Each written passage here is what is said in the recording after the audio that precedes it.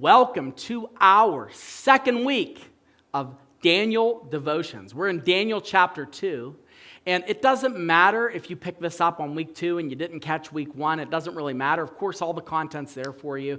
Go back and listen to the sermon. But this week, we're going to talk about how do you handle problems. One of the things that I learned early on when I first became a Christian, I probably was exposed to some of what I would call the prosperity gospel teachers, because when I first became a Christian, I just took all the teaching I could get in, anything and everything. Like if there was a guy on the radio and he even said a verse of the Bible, I was tuned in.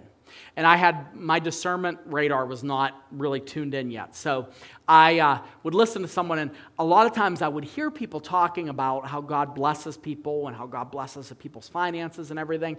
And for just a hot minute, I thought that Christians don't experience problems. I really did. I'm like, okay, Christians, this is awesome. I'm a Christian, and I'm not going to have to deal with problems anymore. I'm not going to deal with financial problems or health problems because God, He's in control of everything.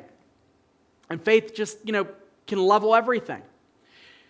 Unfortunately, that took about a week before I realized that's not true. I went to the church and I started seeing people that were losing loved ones. I saw people that were divorcing. I saw people that were struggling in their finances.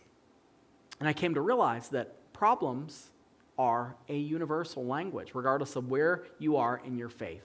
So, today, I want to talk about what to do when you have big problems. And before we talk about anything to do, the first thing you have to realize, Christian, if you're like I was when I first became a Christian, or if you're coming out of that maybe prosperity gospel mindset, big problems come even when you're doing the right things. Yes, sir. Big problems come even when you're doing the right things. So many times do we try to trace, did this happen to me because I did this bad over here? Or when I was a kid, I said this one time and I used blasphemy over here and I did this. And that's the reason why no, it's kind of fruitless. I mean, every now and again, you might understand, okay, this is a sow-reap kind of deal where I sowed seed in a negative way and now I'm reaping that. But in reality, most of the time we don't know why we have to deal with the problems we do. We just know that we got to deal with the problems. And so the first thing we have to come to grips with is that beating yourself up about something that you did or didn't do is not going to help you, because even if you did the right things, you're still going to have to deal with big problems often. So Daniel experiences this in short order.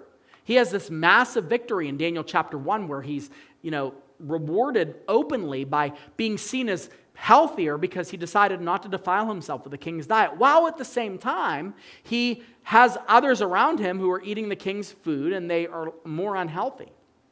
Well, then Daniel faces a problem. Nebuchadnezzar has a dream. The dream, that's the king. The dream troubles him, and Daniel, who's a part of the group called the wise men, the leaders, the people that were kind of the scholars over in that area, Nebuchadnezzar says, I want any of these wise men to interpret the dream. And just like in a mafia movie, he makes them an offer they can't refuse. He goes, if somebody can't interpret this dream, all the wise men are getting killed. Now, I don't know how you would define a problem, but to me, that's a bad day. If somebody said, hey, the only, if the president, which if he had this kind of power, this would be scary, but if he did, okay, I want this dream to be interpreted, and if somebody from the log church staff doesn't solve the problem, I'm killing everybody on the log church staff. That's a pretty big problem for me because I happen to be a part of the log church staff. Big problems come even when you're doing the right things. In Daniel chapter 2, verse 12, it says, because of this, the king was angry and furious, and he commanded that all the wise men of Babylon, even Daniel, be destroyed. Yowzer. So what do you do with that? Well, what you do is you have to recognize that problem is going to come your way no matter what. Jesus said, in this world we're going to have trouble, but behold, I have overcome the world. You can't avoid the problems.